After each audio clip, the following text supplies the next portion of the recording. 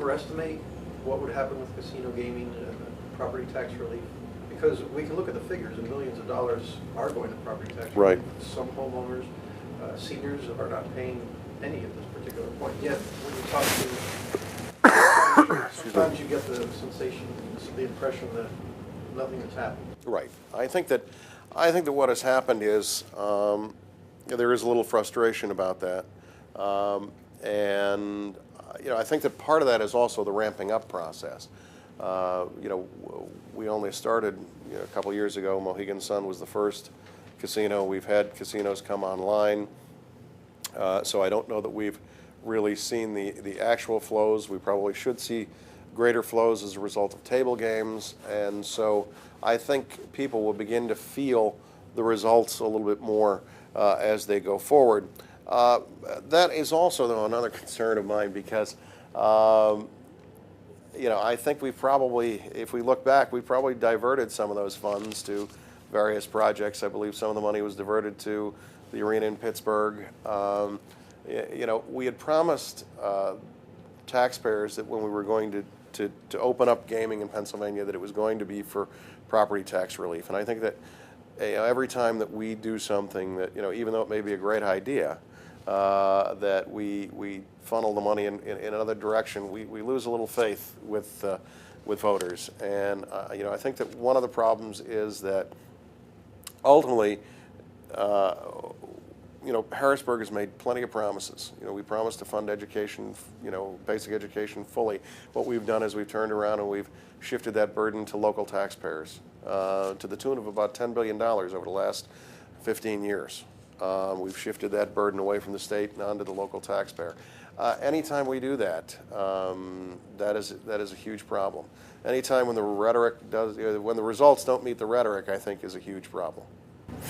Would you vote to legalize the video poker machines? I'm going to tell you, I don't believe so. I think that we have plenty of opportunities at this point for gaming. I'm afraid that making it too available may cause some greater harm than good. If you have the opportunity, you have to think about going to a casino. You have to kind of plan that trip. If it's sitting there at your local tavern, and I think it's just maybe a greater temptation than need be placed there. And you mentioned education a few times in the conversation. You want to make improvements, and I'm just wondering if you can tell us more specifically what types of improvements should need to be made. Is it the quality of the education? I think quality is obviously always an issue. I think we need to do things that will help our school districts raise their test scores. I will tell you, I had the opportunity to sit in on an Nanticoke area school board meeting about 2 weeks ago.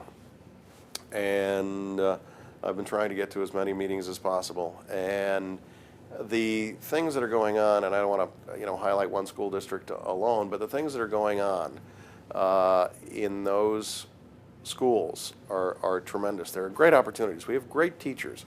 We have great administrators. We are very fortunate in the systems that we have locally that you could tell the passion when the principals were speaking. What I thought was a very unique approach, the superintendent of Nanticoke area actually asks his principals to report on the things that are going on in each school. I think that's a great learning tool. Because they get an opportunity to have a presentation to the board, and they get to communicate that passion. And there's some truly great things that are going on. I think that one of the things that I'd like to improve, though, is not only do we need to fully fund basic education on the state level, but we also need to expand to include pre-kindergarten. Every dollar that we invest in education, I believe we get about a 17-time turnover, a return on it. It's foolish not to do it. If I told you that we could create, 1,000 jobs and it would only cost us, $2 $2 million, we'd all be clamoring to find the way to write the check. The reality is that, we could do the same thing by fully funding our educational system, and, it becomes an argument because we don't see an immediate return. I think we do see an immediate return in the fact that the more support systems we provide for our students, the less likely they are going to be to drop out, to run into trouble with the law, and they're going to have greater opportunities in life going forward. I think also what we need to do is level the funding, which is a situation where, if I live in the suburbs of Philadelphia, where property values are tremendous, and I'm paying all sorts of property taxes to my school district, all that goes to the individual school district, and they have a much larger budget than maybe the neighboring school district that it's just inside the city line. I think that what we need to do is do our best to level the funding, excuse me, to make sure that districts that are smaller have as many opportunities as large districts. We should have a system of education that is very similar throughout the state. There should not be large inequities, because what happens is, if we allow that to happen, then students who attend districts through no fault of their own that do not have the funds may not have the opportunities, and as a result we all end up paying for that through whether they don't complete school or whether they end up in trouble with the law. That's certainly anything we can do to eliminate that problem. We're not going to end it, but certainly anything we can do to reduce the problem, I think, is important. You have 2 children, correct? Yes. Are you satisfied with the quality of educations that they've received, and that they went through the public system? No, actually, my children went through the Catholic school system, and we found that to be a very important thing for our own personal reasons, to continue their spiritual education as well as their formal academic education. But I have certainly been committed to public education. I believe that my wife is a teacher as well. She's a teacher of mostly adult education, but in the nursing program at Wilkes-Barre Tech. But she has also taught in various settings on the college level, and we're a family that's very committed to education. Are there too many public school districts in Pennsylvania?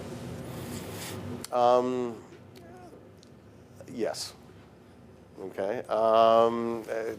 And I think that the problem is that we could certainly streamline that. I believe there are 575 school districts or something like that in the state of Pennsylvania. Nobody wants to ever give up their